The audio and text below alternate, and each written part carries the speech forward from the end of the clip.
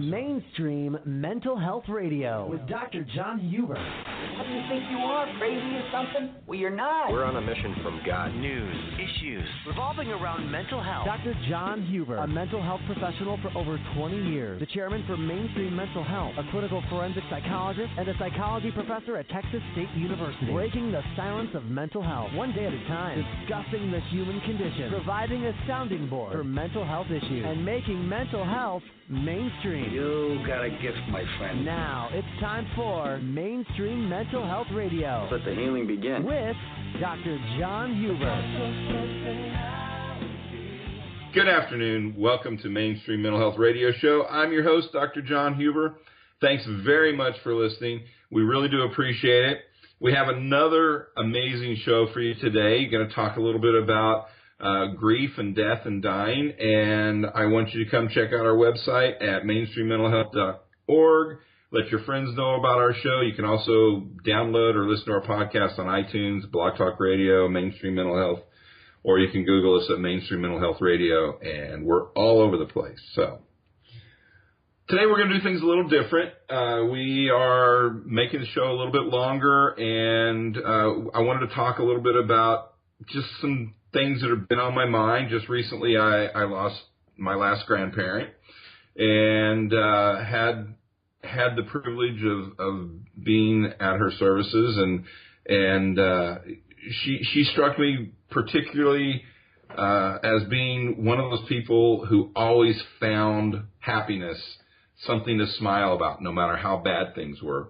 And I think that gave her a lot more life than a lot of other people have. And I watch it, and I see that there's a lot of people out there who they just focus on the bad. And, I want to try and start focusing on the positive things in life. She lived 96 years, and every time I saw her, she found a way to put a smile on her face and laugh at something. And if you don't like my humor, it's probably her fault, but I kind of like my humor. So that being said, let's take a look at what's been happening recently. We had some terrorist attack just recently in New York City with trucks, and apparently Interpol had put up warnings internationally saying that was something we needed to be watching for.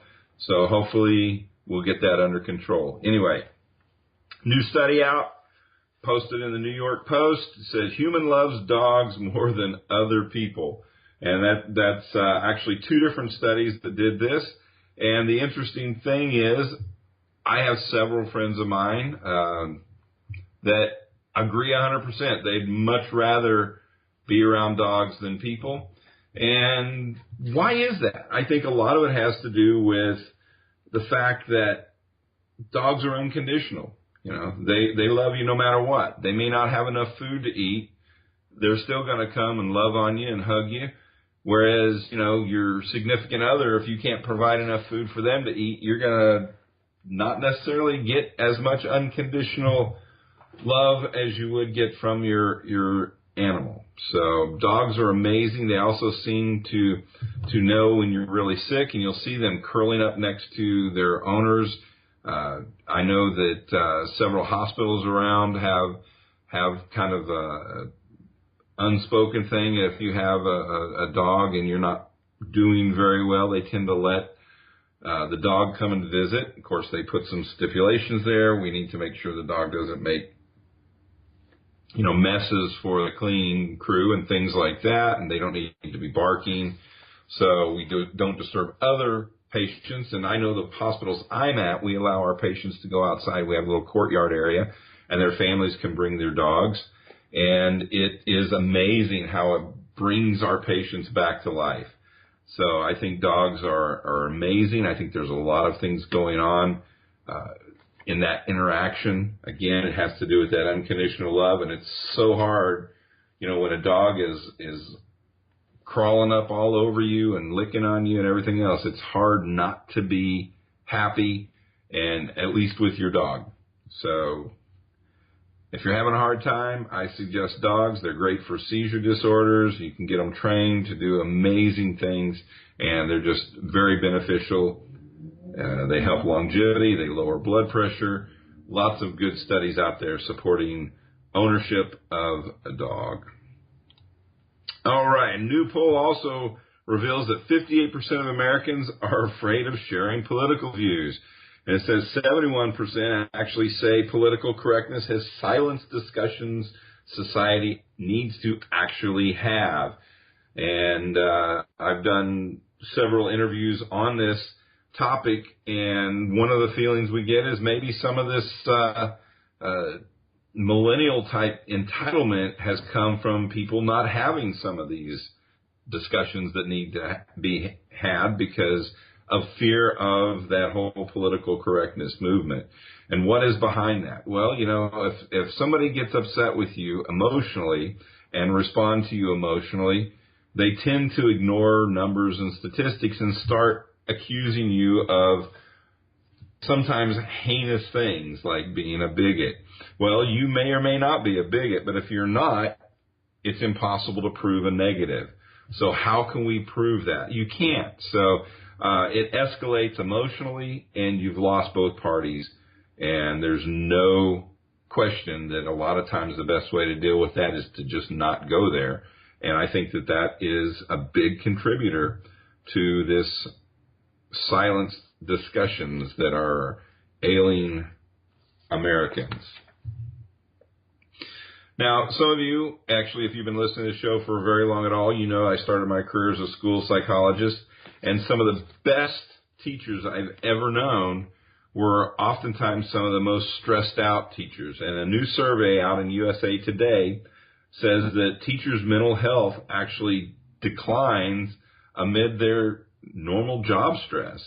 And what we see is there's lots of anxieties associated with everything from the school budget cuts to students bullying, bullying teachers even, political discourse and shaky status of what's going on with immigration and immigration students. All of this is ramping up, and the people who have to deal with it are the teachers. And this new survey shows that more educators now say their mental health is suffering, and the research is suggesting more than 2 years earlier than it had it for previous teacher generations. So more than half of the educators point out that their mental health is an issue.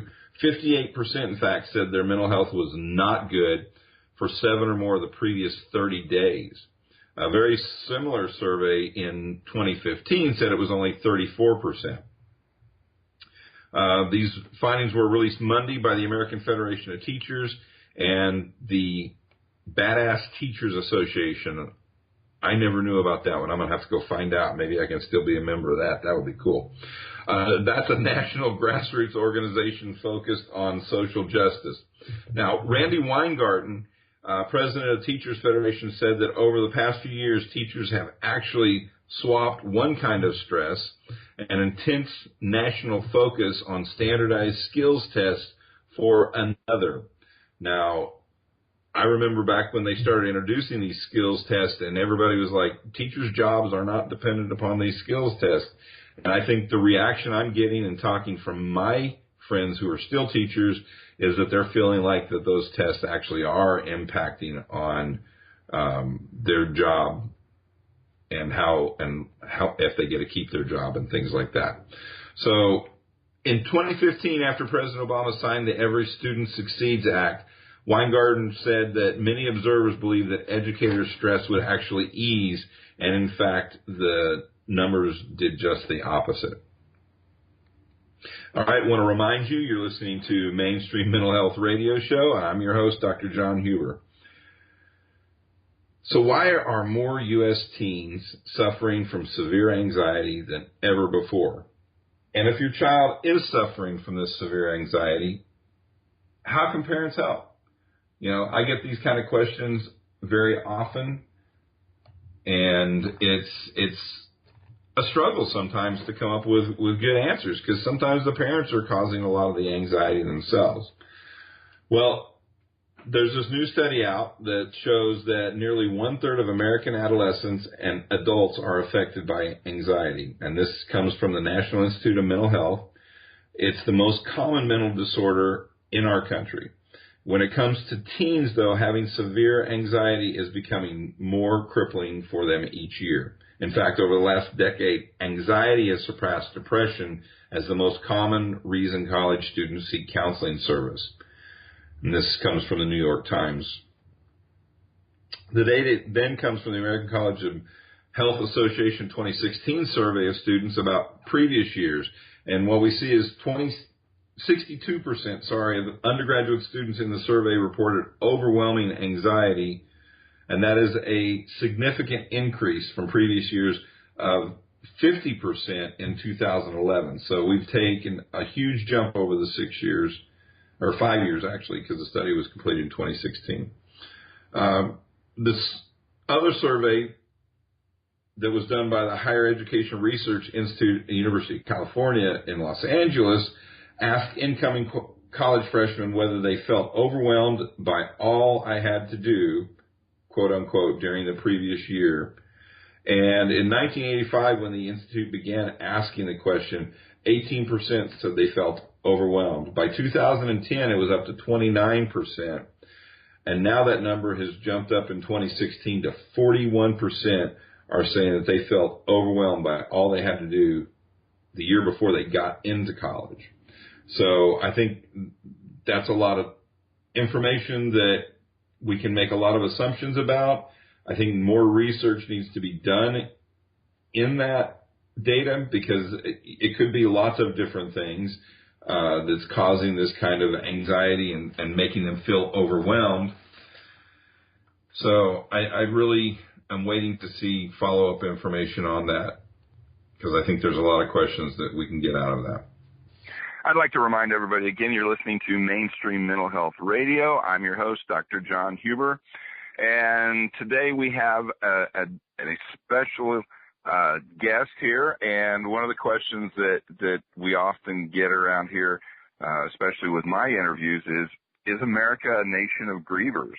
And what's going on? And with Harvey, with Irma, the Mandalay Bay, we have a lot to have grief over at this point. The wildfires on top of everything else, and now they're out in California. What I see all the time on social media is, oh, you have my thoughts and prayers. Well, today our featured guest is Paula Shaw, and she is a grief and trauma specialist, a keynote speaker, and author. She has her own radio show. And at this point, she is also a leader in the field of energy psychology. She's also been on the board of directors for the Association of Comprehensive Energy Psychology for the past 3 years. Paula, welcome to our show.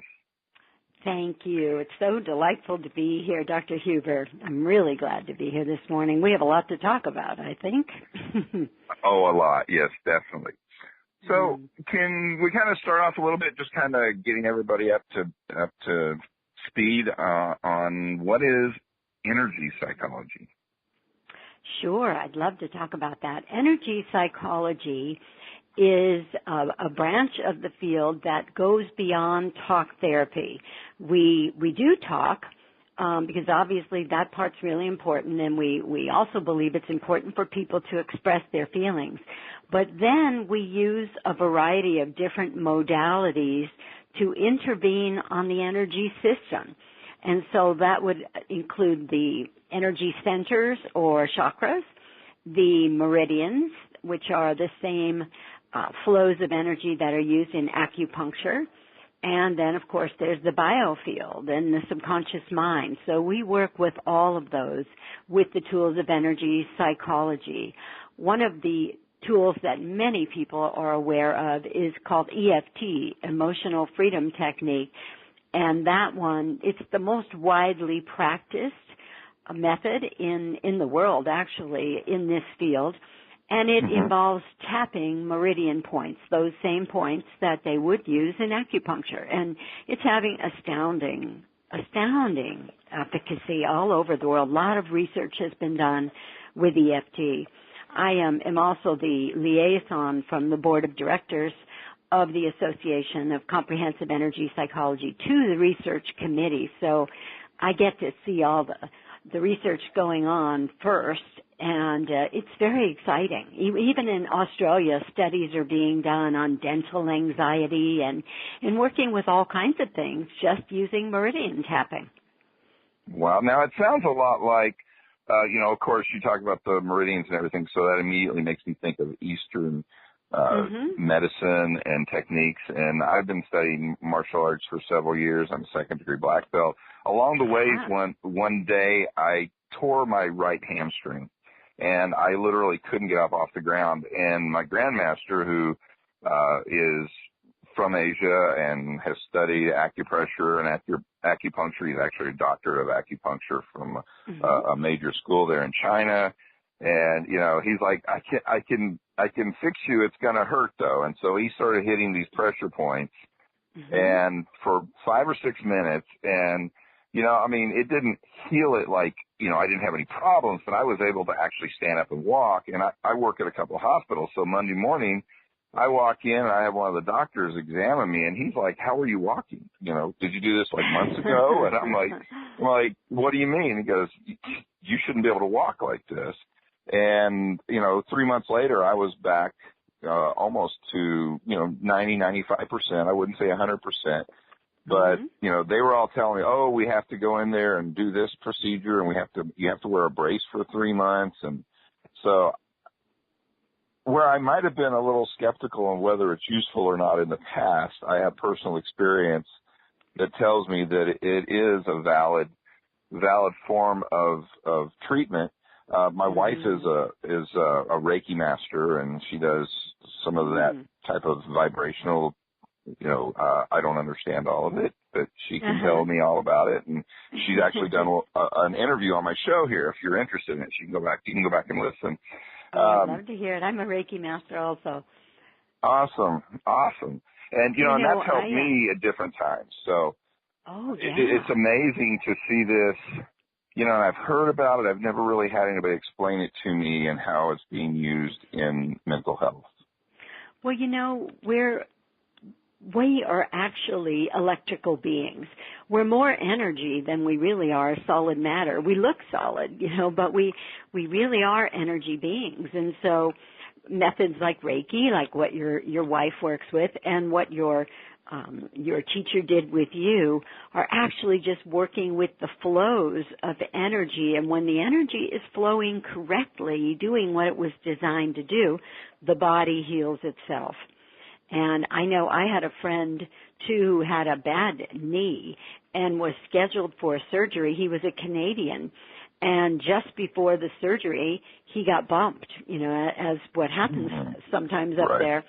And he was in so much pain, he started using EFT because he figured, well, I'll try something, because it's used for emotional pain and also physical pain. And he never did get that surgery. It helped him so much in kind of the way that what happened to you. So it is amazing what can happen when the energy is flowing the way that it's supposed to. Now, what's interesting about using methods like EFT for emotional issues, what was found, there was an interesting study done at Harvard. And in the study, what we do in energy psychology is we actually have the person focus on the issue that's bothering them. We will really actually want to bring up the affect of what happens when they focus on that issue. And there was a study done at Harvard that was very interesting because they were doing an fMRI in real time. So as the person focused on what was upsetting, they saw that the amygdala fired up. And, of course, that's the part of the brain that prepares you for fight, flight, or freeze. And then they stimulated the points on the side of the eye. They only used one set of points. In EFT, we use 14. But they used just the points on the side of the eye, stimulating. Now, in this study, they actually were stimulating with needles. But what they saw, because they were doing the fMRI, was that stimulating those points sent calming signals to the amygdala. So basically, it's telling your brain you can chill even though this reality that's upsetting to you still exists. Right. So you opened the show talking about all of the horrible disasters that have been going on, natural disasters, massacres, fires. People are dealing with so much right now. And obviously those are all realities. That's not going to go away, even if we think about something else, right? But if you think about them, or while you're thinking about these things, you're actually also tapping these meridian points. It neutralizes the affect so that you are then not feeling this emotional pain or this upset when you focus on that thing. Well, now we've also got this whole entertainment media community that has for years been out there. You know, we're advocates for women's rights and equality and gay and lesbian and all this kind of stuff. And now we find out in the past 2 weeks that some of the biggest producers and leaders in that industry are some of the worst violators too. So now we're all trying, I mean, it's another form of grief and trauma as a country. I mean, we're just getting beat up right now. I know. I was with a woman a couple of weeks ago from D.C., and she was saying that town is just kind of crazy ever since the election. You know, it's like everybody is just sort of off kilter. And yeah, you bring up a huge point about all of the sexual assault and sexual abuse that people are now speaking about that's happened. You know, I used to work in Hollywood. I was a location manager for years. And there were always the jokes about the casting couch, but nobody was actually talking about any real stories. Now we are getting stories from real people. The Me Too campaign that happened on Facebook, where woman after woman after woman has spoken up about sexual harassment and sexual abuse. And, you know, this is a huge trauma that impacts people in a huge way. And the impact, obviously, as we're seeing, can be lifelong, especially because there's so little help for people, or has been. Up to now, there's been so little help for people who've been through that experience. And as we all know, so often it doesn't get spoken about, or even if it is, you know, people go into denial. Nobody wants to know that a member of their family might have abused their child or a trusted friend. And so often, you know, women don't speak up. And when you bury that trauma, then it manifests in other ways. And I look at it as another form of unhealed grief. And when grief isn't healed, so often it becomes self-sabotaging or self-destructive behavior. Definitely. One of the women in this Harvey Weinstein case mentioned that after that experience, she developed an eating disorder and an inability to enjoy sex. So you see, there's exactly what I'm talking about. You know, the mind's got to figure out a way to cope with something, you know, something like this. And the subconscious develops its own beliefs that try to explain reality. So maybe out of sexual abuse, one of the beliefs that could be developed is sex is bad, sex is a dangerous thing, you know, sex is a selfish thing, you know, and then a person's ability to have pleasurable sex is affected, perhaps for life. Well, I've also seen patients who turn that around and say, well, sex isn't really that big or an important thing, and all of a sudden they become sex workers, or they use it, you know, without any kind of respect, self-respect, so to speak. And, you know, they try to devalue what that really means to them. And, you know, the other side to it, this isn't a new idea. You know, we talked about joking about it and the mythology behind it, but I mean, you know, we had Corey Haim was out there, and I think it was Barbara Walters was telling them, oh, you're just making this stuff up. I mean, she was minimalizing it. And for a man, you know, it happens to men, and I've had some significant cases, you know, who've come to me for help. I see it, unfortunately, in the court situations that I work at, but I've had a couple of really significant cases where men have come to me for help because they were violated, and it significantly changed their life, like in an instant. I mean, they weren't ever the same at that point. Absolutely. Absolutely. And I think because sexual violation of men is talked about so much less, they feel there's even less acceptance. You know, I mean, everybody is horrified about women, but you just don't hear men saying it happened to me. Though there are many men who have spoken up now in this whole Facebook surge that's going on, you know, people talking about it. And I think it's great that, you know, in the old 12-step program, the old line, we're as sick as our secrets, you know, there's a lot of truth in that. Oh, yeah, that's where the danger lies if you got those secrets, and that's where everything is very fragile. Mm-hmm. Well, left up to our own devices, you know, our subconscious minds come up with some pretty crazy stuff trying to explain all this.